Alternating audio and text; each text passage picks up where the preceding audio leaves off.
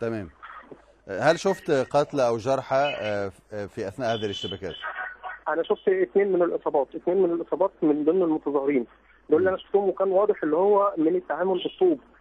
كانوا واخدين طوب في كانت راسهم اصابات او بالطوب حاجه يعني. يعني طيب انت قلت ان المتظاهرين ان البلطجيه كان معاهم خرطوش وسيوف، هل استعملوا الخرطوش؟ لا، استخدموا الطوب وبعد كده دخلوا بالسيوف، والخرطوش انا ما شفتهمش هم استخدموه. انا شفت الطوب والسيوف اللي كانت ماسكينها في ايديهم اكن بالظبط حرب. يعني انا مش عارف هم عايزين نوصل لايه يعني.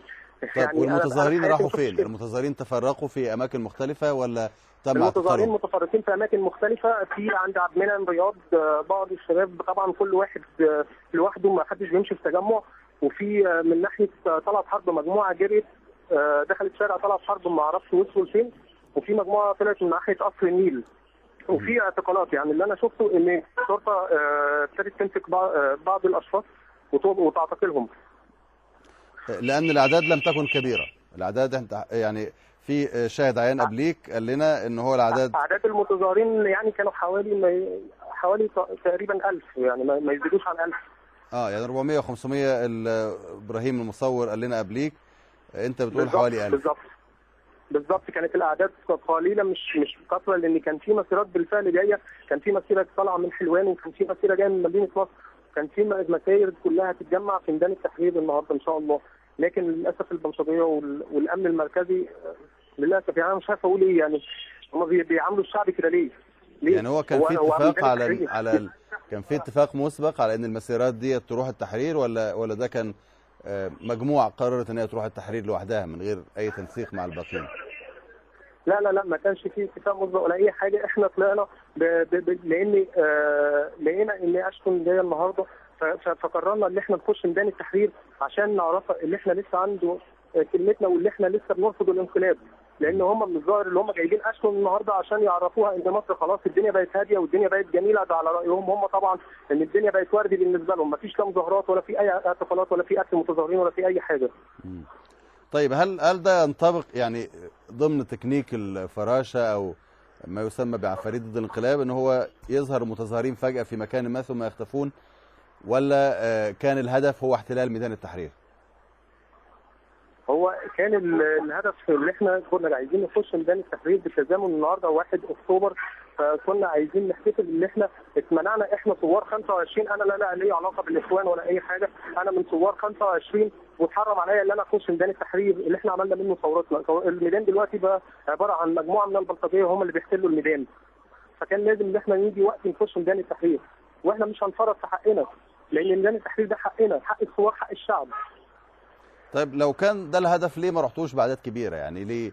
يعني اكيد يعني لو كان العدد كبير مثلا 10,000 20,000 كان هيبقى صعب على 50 بلطجي ان هم يفضوا مظاهره، يعني برضه صعب على 50 بلطجي ان هم يفضوا مظاهره كبيره يعني.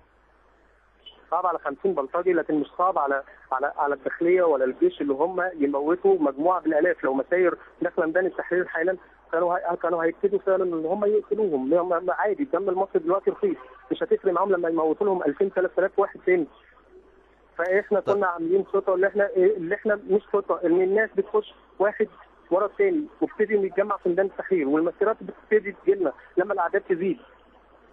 طيب ايه الفكره في ميدان التحرير؟ طبعا ميدان التحرير له رمز يعني، لكن المظاهرات دي لها شهرين شغاله في اماكن مختلفه وفي شوارع جانبيه وتتجنب الشوارع الرئيسيه، يعني اليس الاولى ان تخرج اولا الى الشوارع الرئيسيه ثم الى ميدان التحرير؟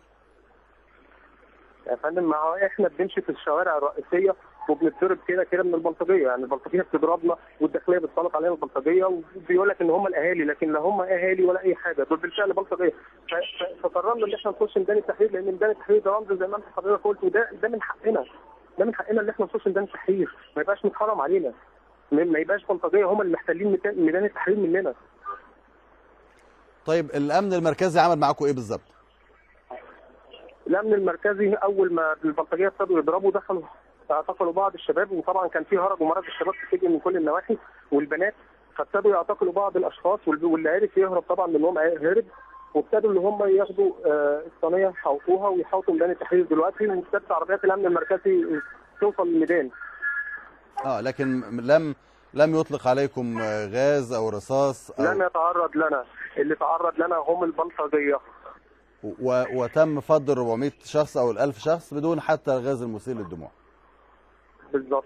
وانا بنفسي سمعت وانا كنت في وسط البلطجيه، سمعت المباحث شخص ما من المباحث بيقول لهم اصبروا ما تخشوش تضربوا دلوقتي، وراح طلع تليفونه وكلم حد في الداخليه قال لهم الاعداد دلوقتي حوالي 500 واحد، نعمل ايه؟ بعد كده طبعا انا بعدت لان ابتدى يشك فيا. لكن انت سمعت بنفسك انه في تنسيق بين من تعتبرهم بلطجيه وبين الداخليه. بالظبط يا فندم، بالظبط. وانت متاكد ان دول مش شرطه في زي مدني، دول بلطجيه، انت عارف ان هم لا دول بلطجيه، اشكالهم باينه يا فندم، وماسكين اسلحه غريبه الشكل واشكالهم باينه. حتى هو راجل منهم كان بيتكلم معايا، هو فاكرني من المؤيدين السيسي، كان بيتكلم معايا بيقول لي هم بس الداخليه